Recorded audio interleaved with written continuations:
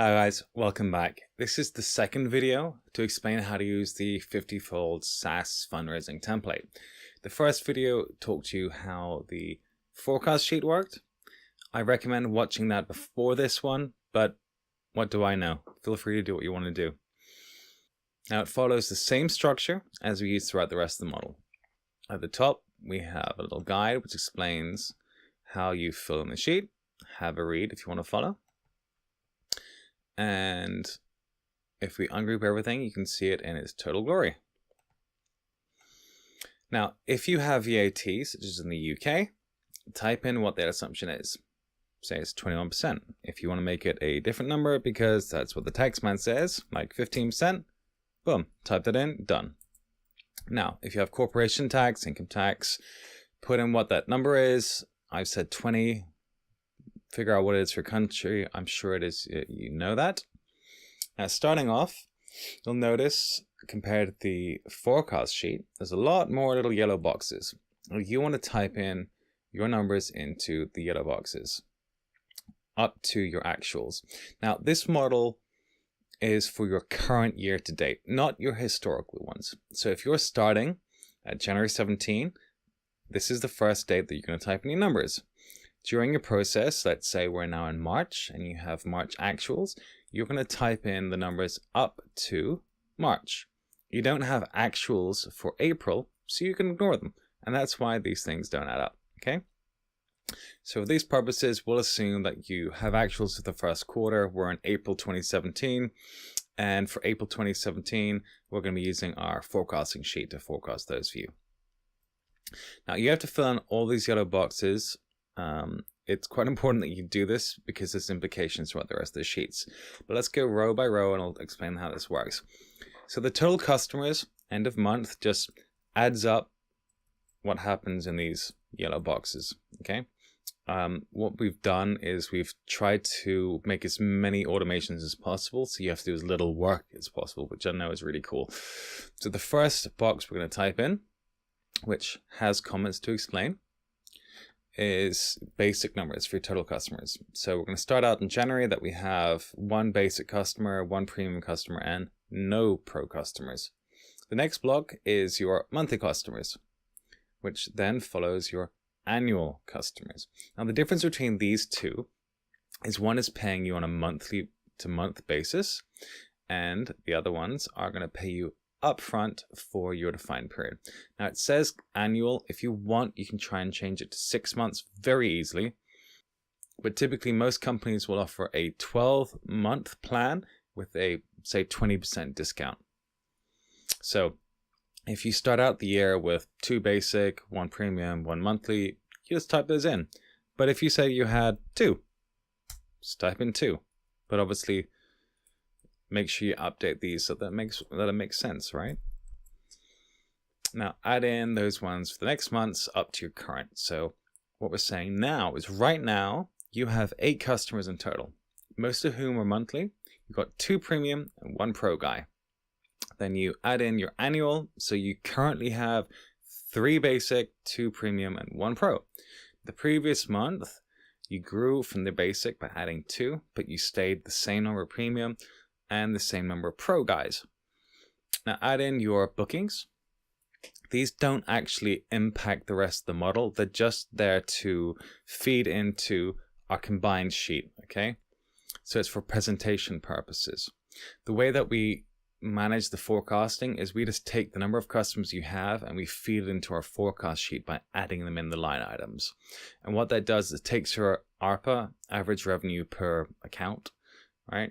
And it multiplies it by your pricing point that you have assumed in the model. So your pricing point has to be the first assumption for that to make it work, okay? I know it sounds a little bit complicated, but trust me, it's pretty simple. But it's an assumption that you just need to understand. So what are your bookings, right? If you don't have any accounts, it's just the same thing as your MRR basically. So type those in for each month and then type in your MRR for each month.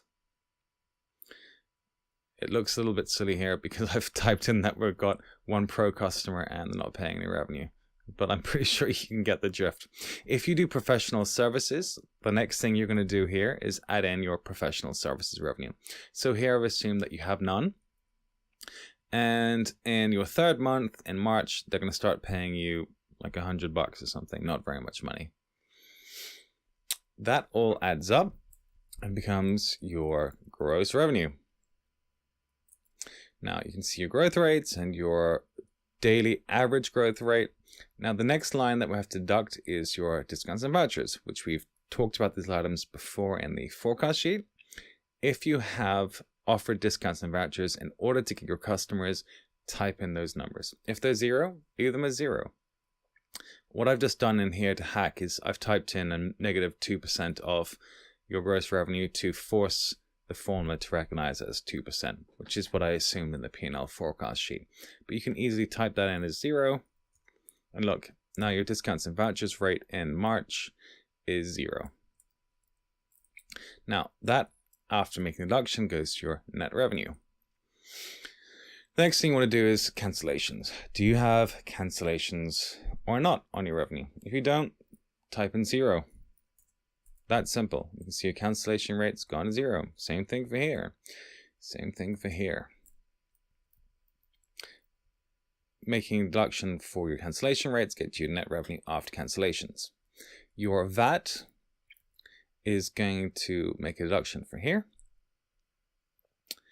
And then now we're going to do your Cogs.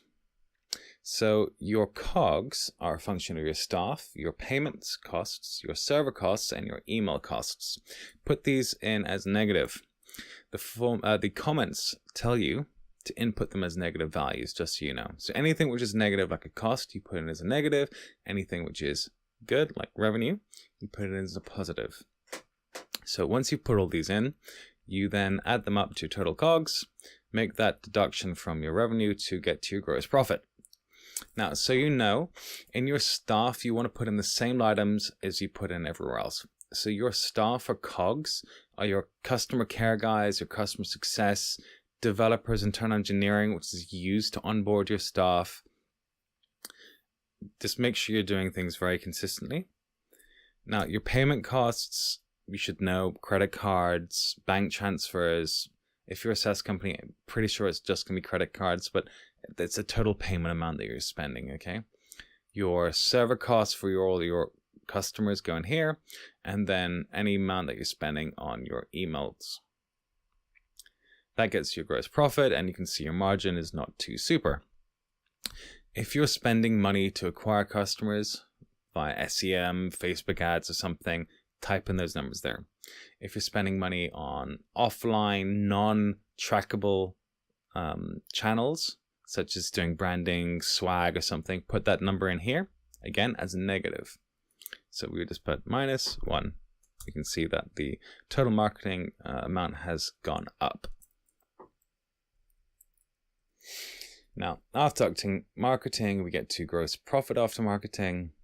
Next thing you want to do is deduct your bad debt and credit card fraud here, and putting that number as a negative, which I assumed is 2% here. Then your G&A, R&D, and S&M. We followed your traditional methods for what these mean. G&A is people who are sort of running the company, office admin staff. Your R&D are really critical people to your company, you know, your developers. S&M, sales and marketing, these are basically anyone who is involved in generating new revenue. So if you had a head of channel partnerships or something, or affiliate manager, then these guys go in here. That adds up to OPEX, which after deducting from your gross profit before OPEX gets you to your EBITDA. Depreciation, income taxes, if you have them, will be automatically calculated in a separate sheet, which we'll talk about later, and that then gets you to your net income.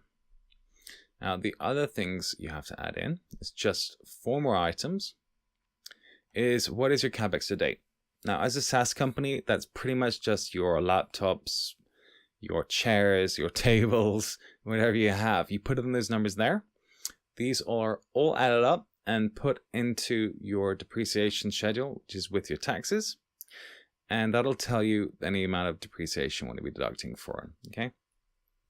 The next is removing any bonuses that you have. So if we assume here that we're paying bonuses to people on an accrual basis, then you put those numbers in here. So understand that there's a difference between what you recognize in the accounting P&L and what's in the cash P&L. So if you're paying someone a 20% bonus, then you need to take that 20% of the amount you're paying them and divide it by your annual period of 12 months to get to what the accrued monthly bonus is. Because later on, we're going to deduct the annual amount, which for this purpose is not going to happen, okay? It's going to come out of your P&L forecast. You can see that the annual bonus amount is right here. Once you've done that, all you need to do is put in your starting cash from the start of your year, which is January. And these formulas make little deductions and tell you what your ending cash is. Doesn't really matter about what this looks like right here. All this feeds into your P&L combined, and you see what your actual tax position here is. Now, I purposefully left these here so you can understand what happened. The numbers are a little bit too big, and so they've effectively just been amalgamated into a hash. You just select the columns, make them a little bit wider, and you can see them. Depending on the level of zoom you have, you'll either see them or you won't. Just fix the columns depending on the size of your computer. So that's it. You just type in your customers, your revenue, your discounts and vouchers and cancellations, what your Cogs costs are, make any deduction for paid marketing, your G&A and CapEx, bonuses, your starting cash, and you're kind of all good to go. So that's a bit of work, but I'm sure it's pretty manageable. Now, what's really cool about this is it assumes it's going to take you some time to get your fundraising done, right? Normally, you should budget that it's going to take about 6 months. So here we could say, well, we think around here, we're probably going to actually close this round. So we're going to start talking to people around this period of time. So we'll insert the January numbers and start reaching out to investors. Once we've got a next month of actuals, the February, Kaki Capital may say, can you send me your updated model? I want to see what your numbers are. Cool. So you just type these in and they populate. These won't be here. And you would just change the formatting to say that your forecast will start in March 2017 instead of April. So now we have January, February, and March forecast. Now, if it takes a lot of time, you would just say, well, January, February, March, April, May. We've got 5 months of actuals. Let's just change that to May. And your combined sheet will pull in your first 5 months. Now you can see the model is not happy. They have all these value figures coming out. Why is that? It's because you haven't updated the numbers for it. So if you notice that happening, that's why. Make sure the date matches the month that you want to send your update.